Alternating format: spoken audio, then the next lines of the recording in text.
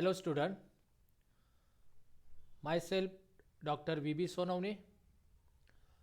So student, in a previous lecture we study introduction, general characters of lichen and types of lichen. Now we are going to study the internal structure of lichen and nature of association. So today our subtopic is first point, internal structure of thallus, include first homoimerous type of lichen and second heteromerous type of lichen. And second point, nature of association contain parasitism, symbiotic and halotism. So let's see the internal structure of lichen thallus. Uh, Internal structure of lichen thallus is composed of algal cells and fungal hyphae. On the basis of internal structure, the lichens are divided into two types. First type, homoimerous type of lichen, and second, heteromerous type of lichen. First one, homoimerous lichen, means homois means similar and merous means part. In this type, the lichen thallus with the algal component scattered uniformly between the fungal hyphae throughout, so that we can call it as homoimerous lichen. The outer layer of the thallus are formed by the fungal component. For example, Colima species. Internal structure of the thallus is a simple. Major internal parts of the thallus consist of loosely interwoven fungal hyphae oriented in the different direction. The algal cells are scattered throughout the thallus in between the intercellular space formed by the loose fungal hyphae. Unbranched trichomes or unicellular blue-green algae forms the algal component. For example, Colema species, or other example, Leptogeum species. Second type, heteromerous type of lichen.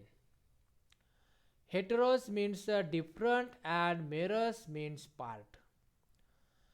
In this type, the algal component is the restricted to a specific layer, is nothing but the heteromerous type of lichen.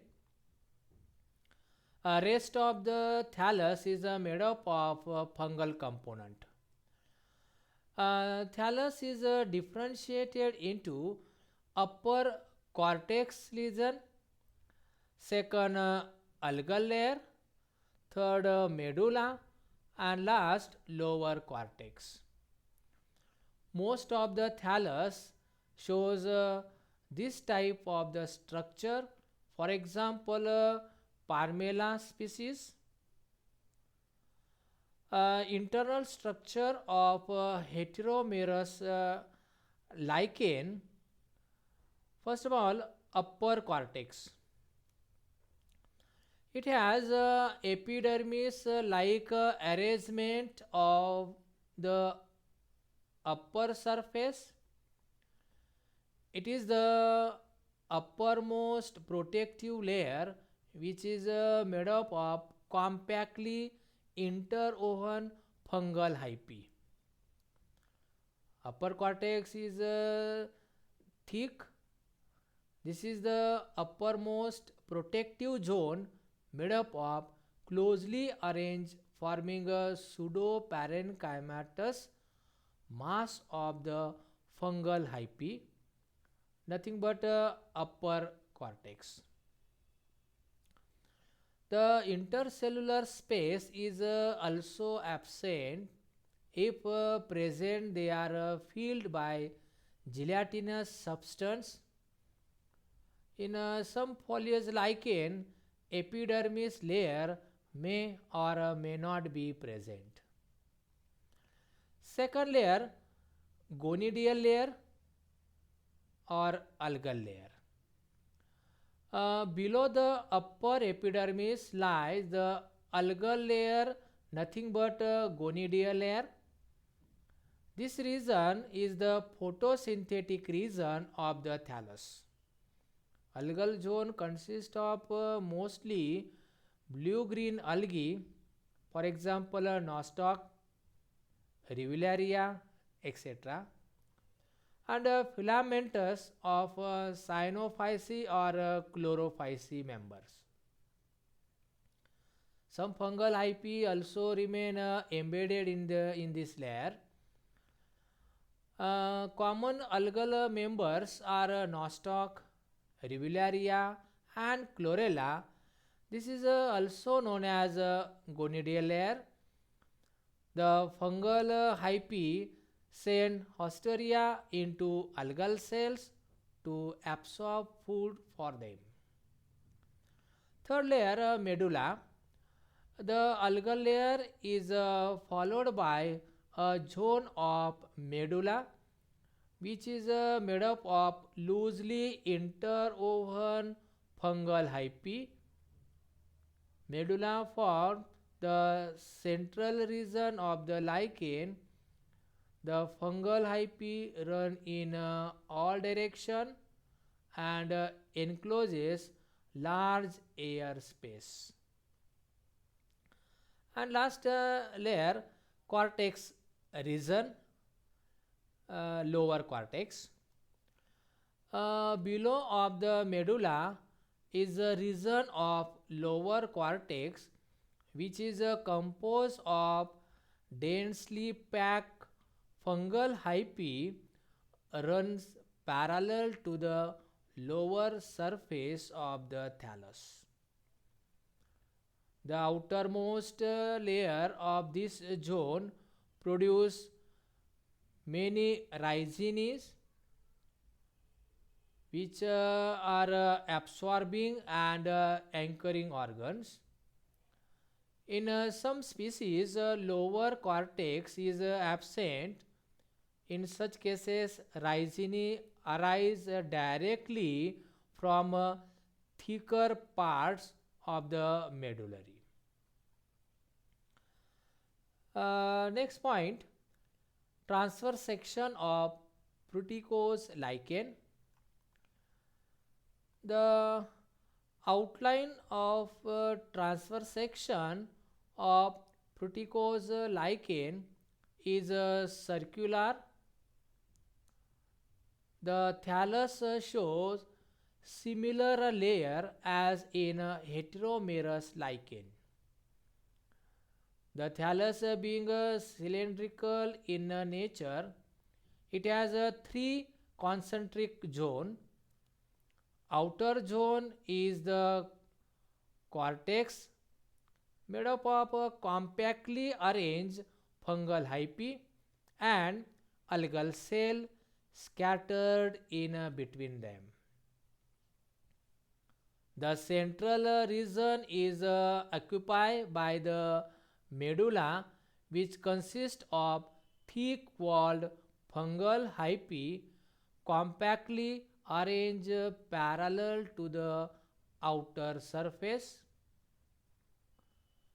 Medulla give mechanical supports of the lichen thallus. Next point, vertical section of apothecium.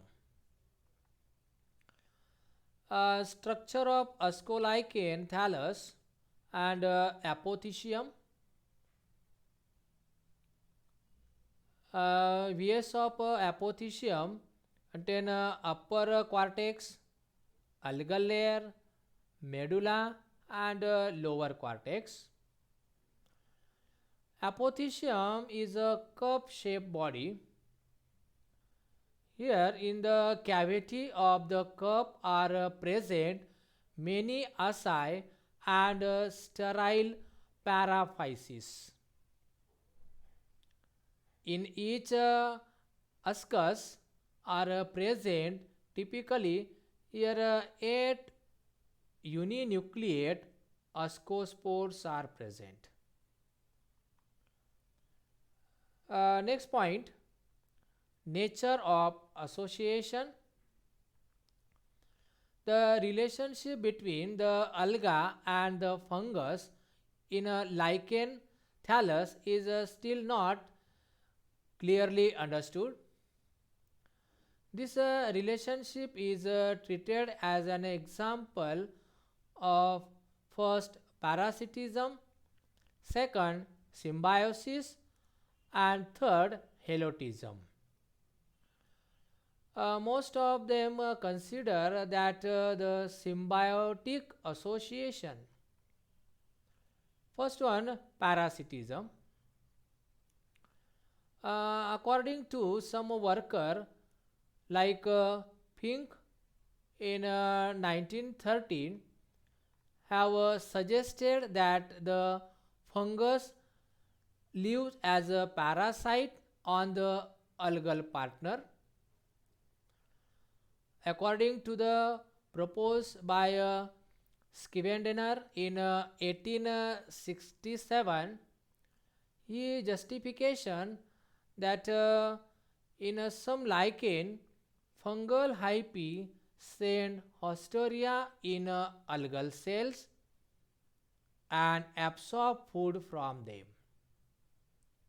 Thus, the fungal partners remain parasite on the algal partner. When the two partners are separated from the thallus and are grown independently, the algal cells can multiply, but the fungal hyphae cannot survive. This is because the fungus is parasitic on alga. According to Gittler in 1937, fungal hyphae give out haustoria and aprisoria to absorb the food material from the algal cells, but the algal partner is able to survive as independent individually. Second example, symbiotic association. Some worker suggested that nature of the association of the fungus and alga is an ideal example of symbiosis. According to the second hypothesis, the association is symbiotic in nature, proposed by D. Berry in 1879. Term this association as a symbiosis where both partners are mutual benefited. Algae and fungi are the two partners in the lichen thallus. Lichens are organisms formed by the symbiotic association between algae and fungi. The fungal partner is called mycobiont and algal partner is called phycobiont. Here justification that advantages for algal partner, algae get mechanical defense by fungal hyphae network. Fungus absorb more water and nutrient from the substratum. therefore promoting algal growth. And advantages for a fungal partner: fungus get nutrition from algae as algae is photosynthetic.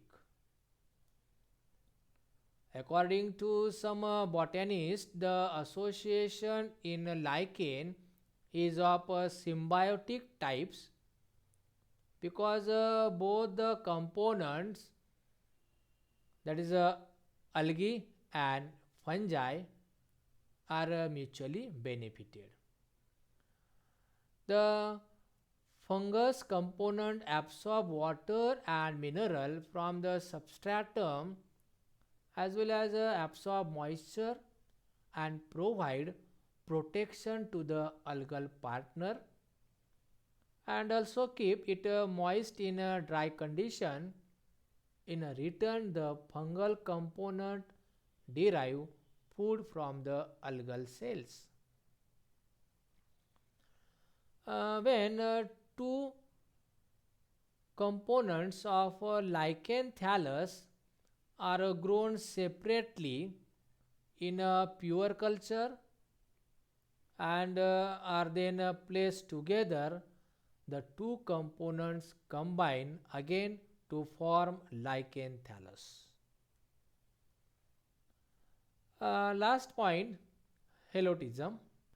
According to the third hypothesis, a relationship occur in which the fungus live as a dominant organism and algae like a slave. The relationship nothing but halotism. Uh, Crombie in 1885 proposed this association as a halotism, a master slave relationship where algae acts as a slave for the fungal master. Here justification that in some association fungi produce hostoria like projection which penetrate the algae, and second, algal sexual reproduction is inhibited by a fungal association and adapted a slow growth under fungal power. So student, in this lecture we study internal structure of lichen thallus and nature of association. Thank you for watching the video. Thank you.